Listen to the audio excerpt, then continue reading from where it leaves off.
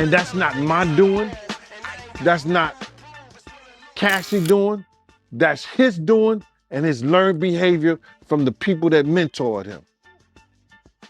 You got to realize, man, he learned from Andre Harrell. He learned from Russell Simmons. He learned from Clyde Davis. You understand? When those people are telling you that they were heavy into the drugs, they was heavy into beating women and doing things at that age, at that crazy stage, that's gonna make him think that he could get away with the same thing that they was getting away with back then.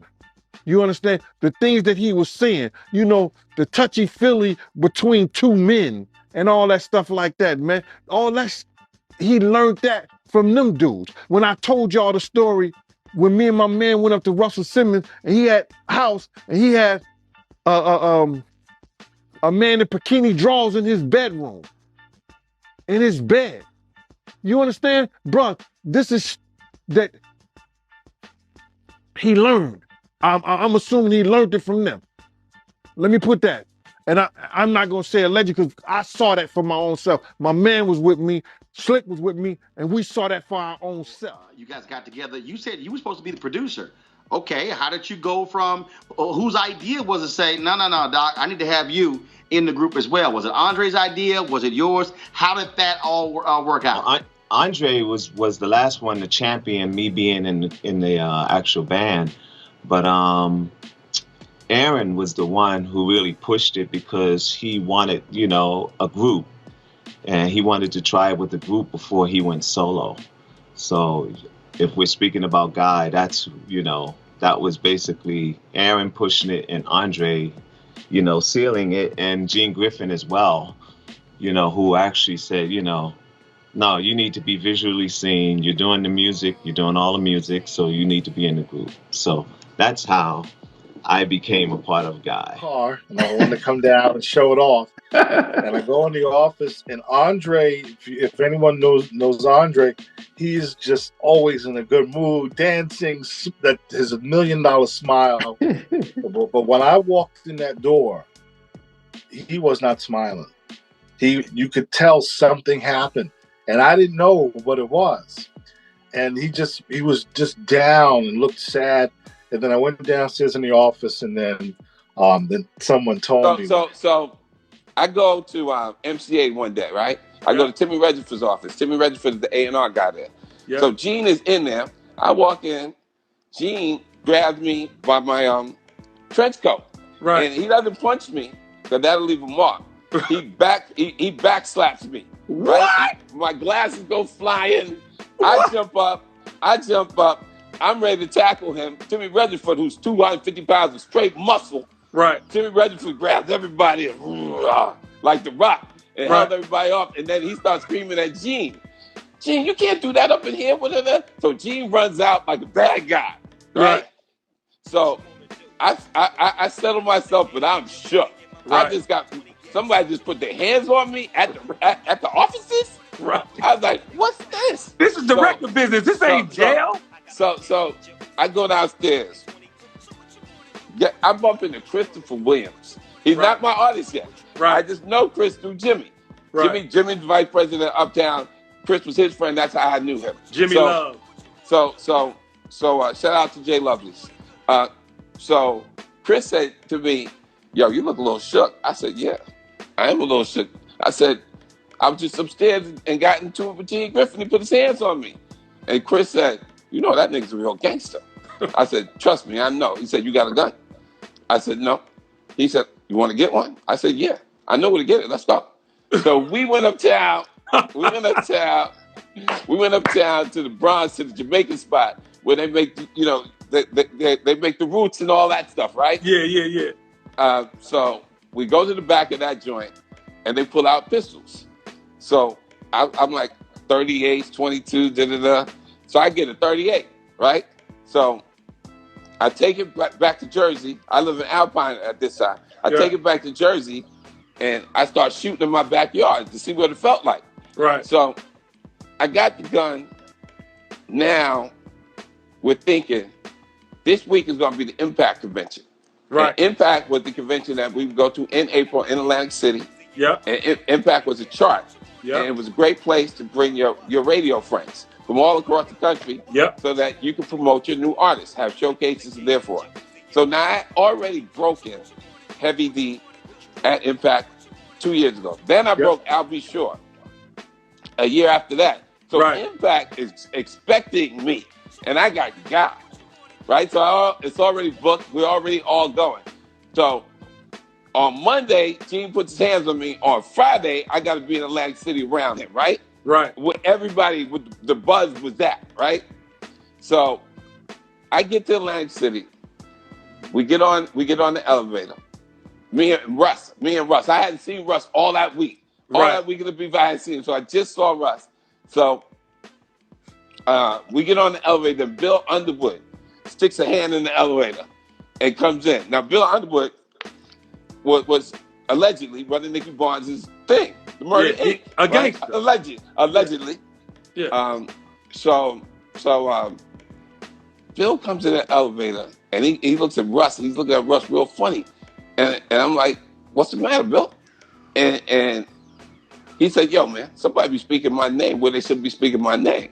Now, this dude, Bill Underwood, this is the real thing, the movies.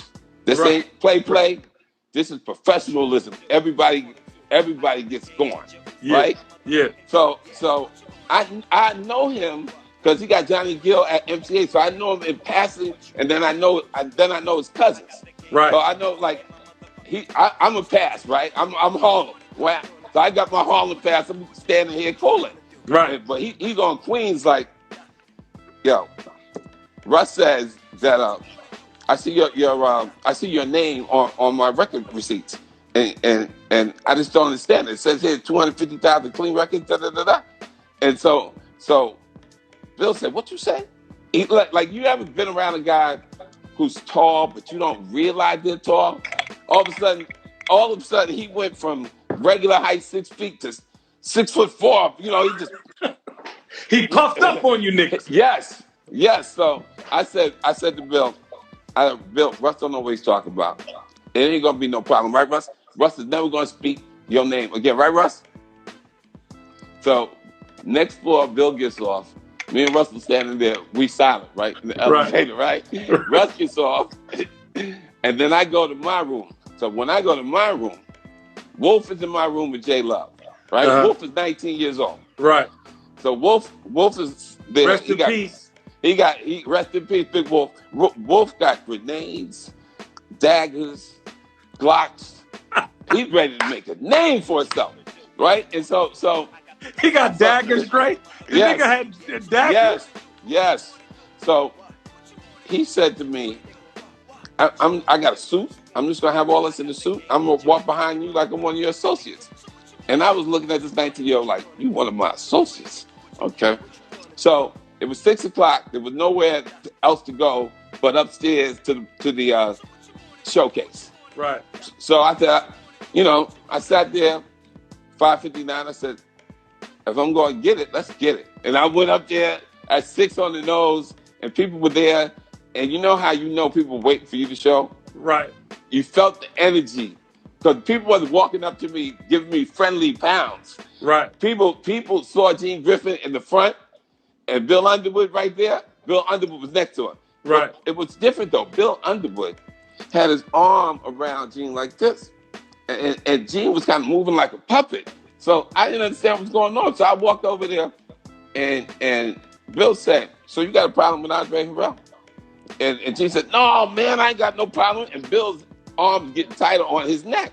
Oh, shit. And so I said, it didn't seem that way when you put your hands on me. That was a misunderstanding, man. That was a total misunderstanding. Man, you was good. And Bill got him like this. So Gene is 6 feet tall, 230 of muscle. Right. He looks under Bill Underwood's arm, like I keep saying. Bill Underwood just started growing or something. He looked small and feeble under Bill Underwood. And he said, Bill said, is there a problem? He said, there's no problem. And there was no more problem. Wow. I ain't playing no games. What you wanna do? What you wanna do? Yeah. I got the gauge, a Uzi in my motherfucking 22. So what you wanna do? What you wanna do? What? What you wanna do? What you wanna do? What? What you wanna do? What you wanna do? I got the gauge, a Uzi in my motherfucking 22. So what you wanna do? What you wanna do? What? What you wanna do? What you wanna do? You discovered Mary J. Blige, you discovered Jodeci, you discovered Sean Combs, you made him your A&R man at Uptown. You fired him, which is fascinating because you kept this relationship and you worked with him for many years. When I fired him, it was like I had an artist in the building, right? Because Puff, as an executive, he really is a very artistic guy. He can make videos, he could style. So I started to branch out in the movies and the television. So then Puff wouldn't really listen to anybody but me. So my full-time job became managing Puff. And I was doing other things. So even when I let Puff go, for the whole time he was let go, he was always on payroll. I never stopped paying him until he found his next spot. His artists were always still getting per diem. Because I didn't do it to hurt him, but I knew it was time for him to grow. And the only way he could grow was if he was going to have the same kind of corporate conversations that I was subjected to. And then he would understand what he could and could not do. And the final straw for me was when MCA wanted me to not put out the Biggie Smalls album because they didn't like the subject matter, and they wanted me to tell him he's got to change his tone. And it wasn't up to me, I felt, to tell a generation what they could and could not do artistically. So I knew it wasn't going to work because he was coming from a new space and a new era. The Dr. Dre Chronic album that came out, and that was a major influence over music. So whereas I had Heavy D, who was more like a happy, female-loving, uplifting kind of celebratory artist, Puff's Heavy D was Biggie Smalls. And Biggie Smalls was more like in the streets and telling street stories, and he told them well. And that was a transition in hip-hop. And big in New York. For New York. And Biggie Smalls ended up becoming my favorite rapper of all time. But I didn't want to sit there and be the one confining Puff because the corporation was telling me to do that. I'm not built that way. So I told Puff he needs to go and create his own opportunity. You red hot. I'm really letting you go so you could get rich. Yeah, and he did, and you guys together, you did as well. Lord, forgive me of my sins. I've been looking for answers, trying to plot my wins. Can't take life for granted, about my ends. And I hate that cancer could wipe out my friends. Why you be taking the good ones, never taking the bad ones? Take some of these hoodlums that be killing and blasting. The questions I'm asking,